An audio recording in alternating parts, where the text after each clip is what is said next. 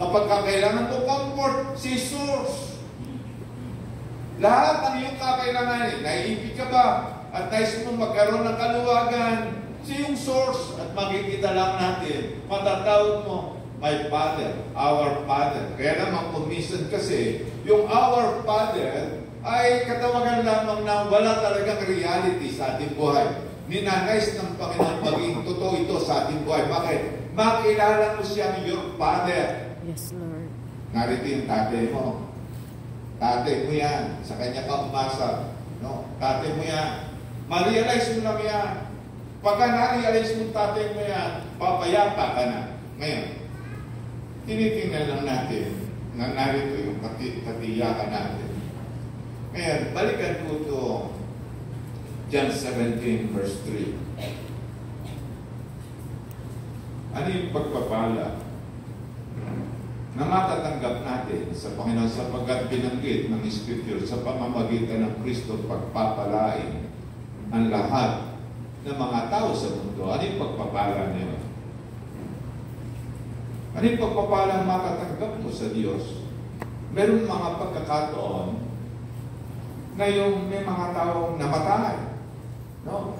Naranasan namin doon sa PMC noon na habang ako'y nagpipreach, araw ng komunyon, habang ako'y nagpipreach, may namatay. No?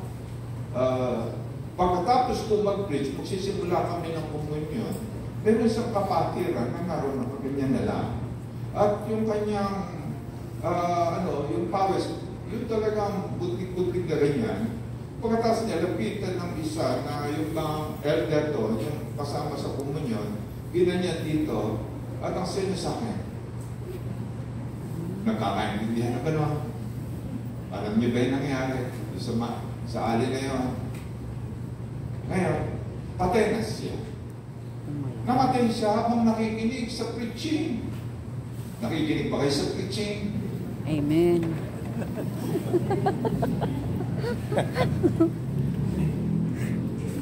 Amen. Namatay siya habang pinag-preach. Kaya lamang, sabi ko, walang gagala.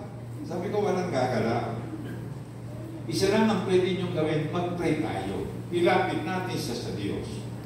Alam niyo, hindi ko binanggit kung ano yung dapat sabihin sa prayer, pero nagkaisa yung nasa loob ng church. Alam niyo pagkakaisa na binabanggit sa prayer, Lord, amin po ipinagpipray, hindi kami mag-uuwi ng patay. Amen. Napagkasundo, napagkaisa nyo, nang walang pag-uusap. So I believe the Holy Spirit, ito yung gumagawa sa bawat isa. Hindi kami mag-uuwi ng patay. So sabi ko lamang, walang gagalaw. Pagkatapos, itinuloy ko yung message ko sa communion. Nakalipas pa another 15 minutes. And then, pagkaraan ng 15 minutes na tapos ang yung communion set namin, may tinatakip yun na kinanchi yung damit. Nung araw gano'n. Nung natapos na yung communion, nilalagay kitakip sa communion set, and then tinatakip ko na yung kinanchi yung damit. Sabi ko, sa Panginoon, patatayuin ko itong kongregasyon nito. Kami magpupurit, magpapasalamat sa inyo. Nakilala ka namin. Yun lamang sinabi ko, magpupuri kami sa iyo.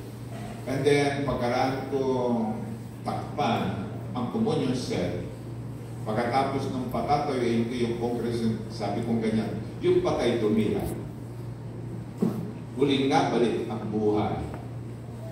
At pagkatapos talaga nung nagtayo na yung kabuuan ng kongregasyon para magpuri sa Panginoon, meron na talagang dahilan para magsigawan ng papuri sa Panginoon. Bakit? Yung patay na buhay.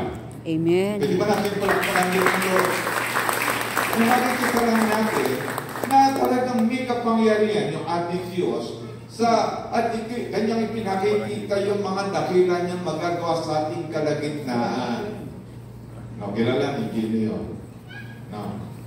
At ngayon, nabanggit ko itong bagay na ito na yung ating Diyos kayang gawin ang lahat ng bagay.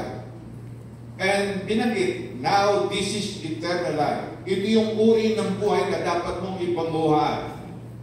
At paano mo ipamumuhay ang buhay na yan? That they know you, the only true God, and Jesus Christ, whom you have sent. Paano mo ngayon gagamitin ang buhay na yan? No? Ngayon, ang sabi, meron kang eternal life. Dati, meron kang physical life lang. So, yan ang ginagamit mo habang ikinanit ko sa daigdig na ito. Kaya lang, laging may hangganan. Wala kang makuhang tulong galing sa Diyos. At kapag ikaw ay merong mabigat na problema, dahil sa wala kang pang pagkakilala sa Panginoon, tinatawag mo yung mga apartadar yan, at ikaw ay merong mga binibiling water yan, inuman tayo, prayer. At bakit, sitwasyon, alam mo na, no?